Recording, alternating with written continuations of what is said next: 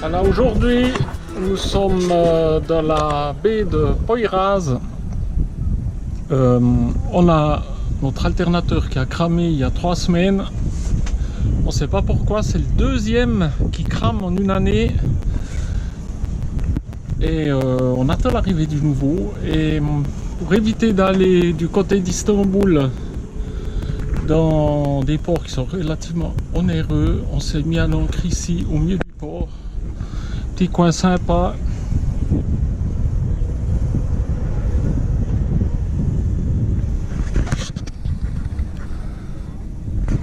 Voilà, avec le dernier pont qui enjambe le Bosphore, avec les piliers à 322 mètres d'altitude. Alors, comme il n'y a rien à faire aujourd'hui, je vais vous présenter quelques gadgets qu'on a sur le bateau étoile filante. J'ai mis la caméra sur la tête, c'est la première fois.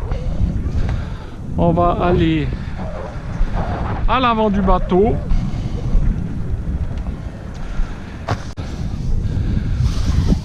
On soulève pour pouvoir avoir un peu d'air, ouvrir les capots.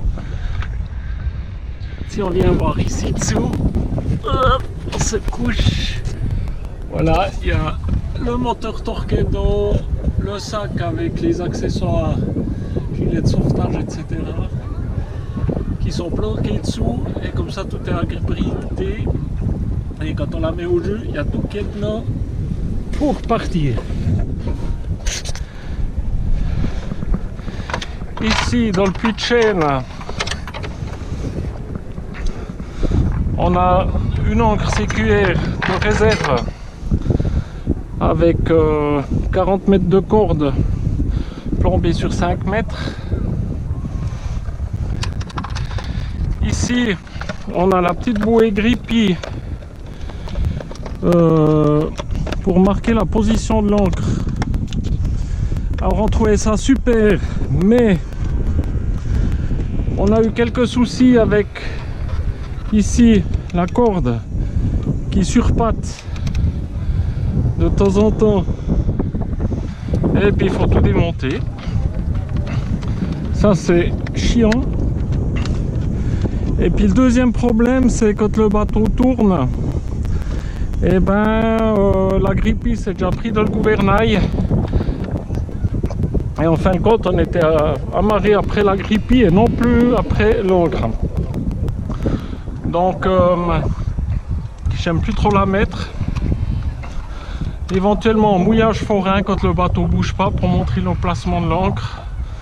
Mais en mouillage libre comme ça, je vais plus l'utiliser. Donc c'était, je dirais, un achat inutile. Là, ici on a monté des petites protections pour le génois. Voilà pour ici devant, la boule de mouillage. Là, au niveau gadget, on a monté des toiles de protection achetées chez Brico Loisirs et puis qu'on a fait coudre. C'est translucide, mais ça nous protège un peu du chaud.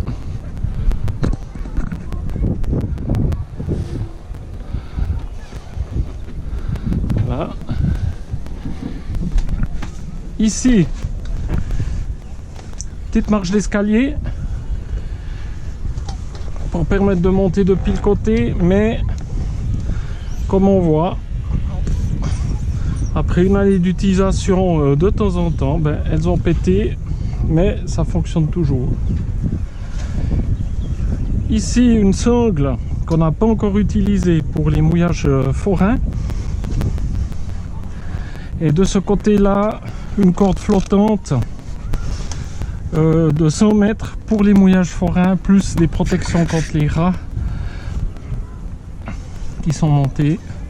Là, c'est simplement roulé sur une tige parce qu'avec le concept du balcon arrière, on n'a pas la place de mettre un enrouleur de corde, et ça va très bien comme ça. Et ici, les bouées de sauvetage Sea Save. C'est comme un ballon de rugby. Vous savez qu'en principe, quand on est ennuyé, il y a beaucoup de vent. Donc si on lance une bouée, elle va s'envoler avec le vent. Tandis que ça, on l'ouvre et on la lance comme ça.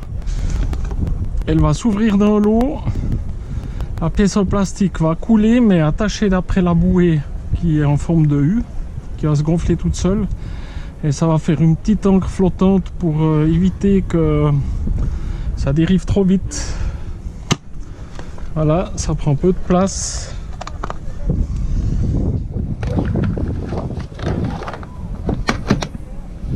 Voilà, une petite radio manuelle, on en a deux, flottante, ICOM, si elle tombe au jeu, elle clignote, on va pas essayer, hein. Ici, deux petits paniers qui permettent de ranger les chiffons. On va enlever celui-là. Ici, on a mis des petits bouts qu'on utilise pour attacher un bout de câble électrique ou des fois 2-3 trucs. Des petits bouts ici dedans. Ça, en principe, c'est des petits pots pour mettre des fleurs pour Stella. La passerelle, l'arrosoir pour les fleurs. Les porte-bouteilles, très important. Et ici, on a un petit bijou, c'est une manivelle de winch électrique qui s'enclenche en la mettant en place. Voilà. Et ensuite, hop, on y va. On peut même dédoubler la vitesse de hissage. Et quand ça va un peu dur, soit en changeant le sens de rotation, elle va tourner tout doucement et on va pouvoir mouliner avec. Voilà. Et ça, c'est un vrai petit bijou avec un accu, la manivelle, livré avec une sacoche. On a un accu de rechange, le chargeur, et ça tient sans problème 2 jours de navigation et ça se recharge assez vite.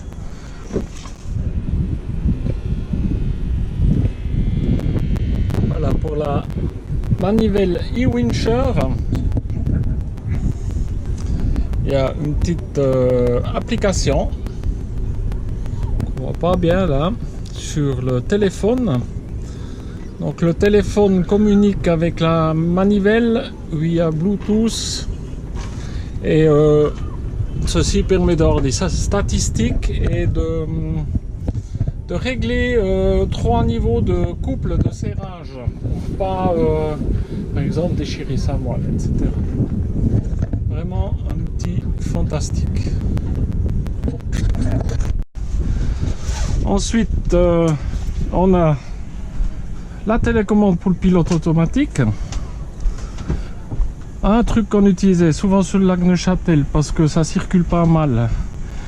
Et ma place préférée étant sur la banquette avant à la proue du bateau, ça me permettait de modifier le cap. Ici on l'utilise un peu moins souvent, hormis quand on est dans un chenal, etc. où je m'asseye sur ces petites banquettes là. Et puis je pilote avec ce gadget là qui va poser là. Ici on avait acheté 2 bracelets au Malamé.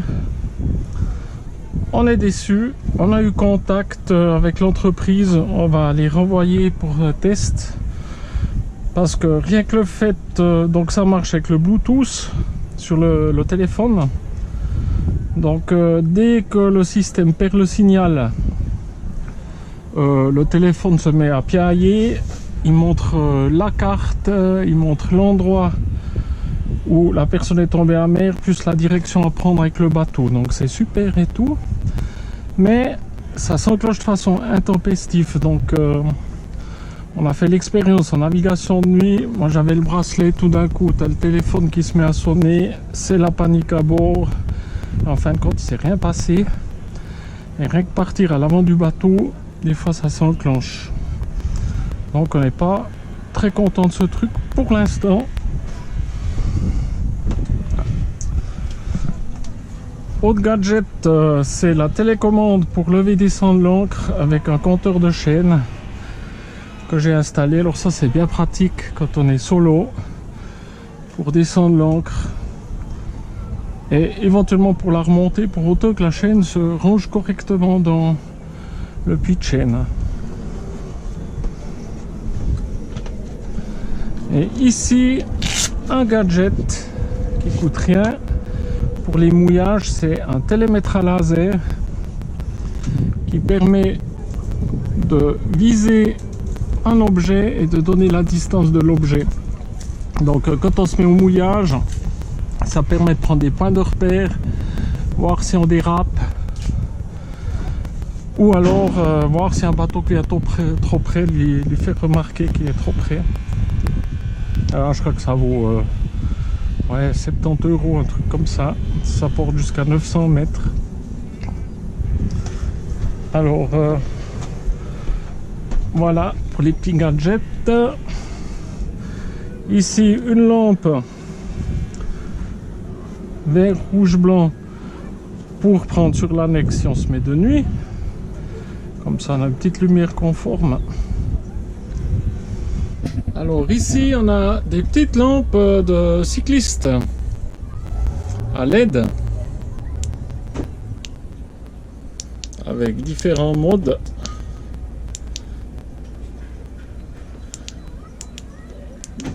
On en met quand on est dans un endroit où il y a de la circulation.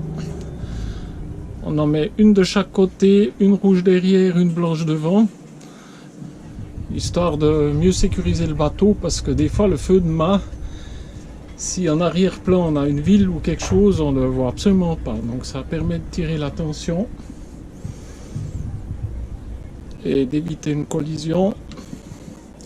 C'est assez sympa parce que ici, dans le système de fixation, je ne sais pas si on va le voir, on va essayer de tenir ça correctement. Là, on a directement les contacts pour brancher sur une prise USB pour les recharger. Sinon, encore ici, voilà, au cas où on soulève une chaîne avec son ancre, ça permet de crocher la chaîne là-dessus, de dégager son ancre et de relâcher la chaîne sans risquer de s'arracher une main ou de perdre une gaffe ou quelque chose d'autre. Encore jamais utilisé, mais on a déjà attrapé une chaîne et perdu une gaffe. Voilà la présentation de quelques gadgets histoire de se passer le temps sur le bateau. J'espère que vous aurez appris des trucs ou pas. En tout cas, nous les gadgets qui vont bien, on les aime bien. Allez, à la prochaine, bye bye.